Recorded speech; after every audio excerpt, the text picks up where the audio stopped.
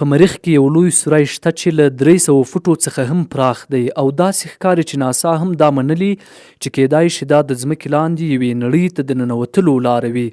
آیا امکان لري چې کوم پټ فضایي تمدن هلته پټ وي؟ د ناسا کارپوهان فکر کوي چې دا سوری ښایي د سرې سیارې د سطحې لاندې یوې ژورې طبقې ته لاره هواره کړي.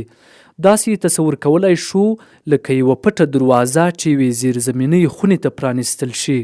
ساینسپوهان دې ته ډیر ارزښت ورکوي ځکه دا ډول سوري ښایي له لویې ځمکې لاندې غارونو سره تړلي وي. دغه غارونه به د سطحې له خطرونو پټ وي او د ژوند لپاره به خوندي ځایونه وي.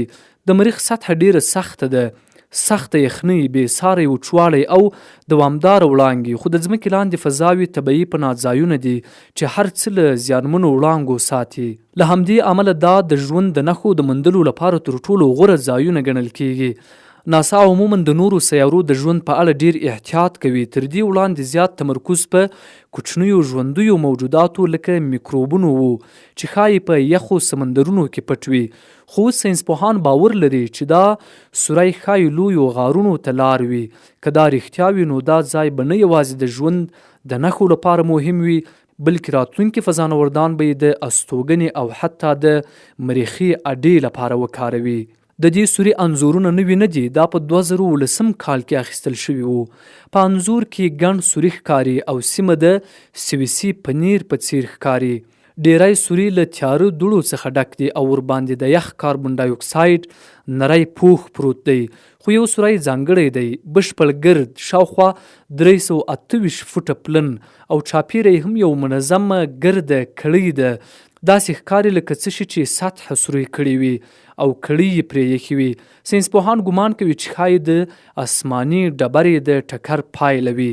میلیاردونه کاله وړاندې مریخ ښایي د ځمکې په څیر شرایط لرل، خو اوس د ژوند د موندلو تر ټولو ښه چانس د ځمکې لاندې دی. مریخ نه قوي مقناطیس ډګر لري او نه هم غټه فضا، نو سطحه یې تل له وړانګو ځپل کیږي. تر ځمکې لاندې غارونه او د لاوا نلونه طبیعي بندځایونه دي چې دننه هر څه ساتي. ښایي راتلونکي فضانوردان هلته د پخواني ژوند نښې یا فوسیلونه ومومي.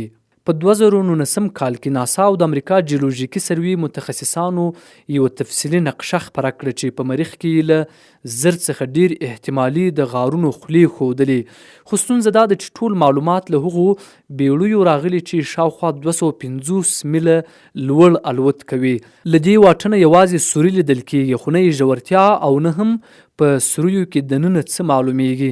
که د انسان فضایي ماموریتونه پلان سره سم پر مخ لاړ شي نو ښایي د 2013 لسیزې فضانوردان دا لوی سوری په خپلو سترګو وویني.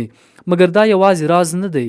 له 50 کلونو زیات وخت کیږي چې ساینسپوهان د مریخ پر سطحه د شاوخوا 2 میلیونه تورو کرښو په اړه حیران دي. دا تورې نښې لکه اوږده داغونه ښکاري چې ښکته لوري ته ځي، لکه چا چې پر سیاره تور رنګ توی کړی وي. په پیل کې فکر کېده چې دا به د یخ د ویلې کېدو له امله وي، خو نوې څېړنې ښیي چې زیاتره دا وچې د ځمکې ښویېدنې له امله رامنځته کېږي. کله چې دوړې یا شګه ناڅاپه ښکته وښویېږي لاندې تیاره طبقه څرګنده شي. دا د 2006 څخه تر 2024 پورې د ناسا د مدارګر انځورونو پر بنسټ تحلیل شوي.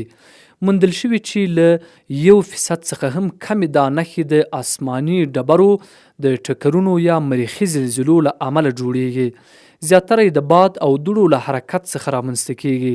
کله چې باد کافي زور واخلي دوړې بې ثباته کیږي او ناڅاپه ښکته راښویېږي، لکه څنګه چې پر مریخ د ډوس ډیولس په نوم دوړیز تاویدل جوړیږي.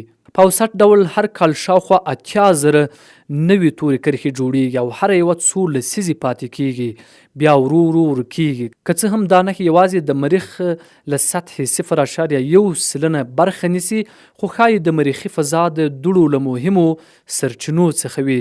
دا دوړې د هوا، لید او د لمر د رڼا پر کچې اغیز کوي چې راتلونکو انساني میشت ځایونو لپاره ډیر مهم دي. د دا ډول علمي او معلوماتي ویډیوګانو د لیدلو په موخه خان میډیا چینل در سره سبسکرایب کړئ.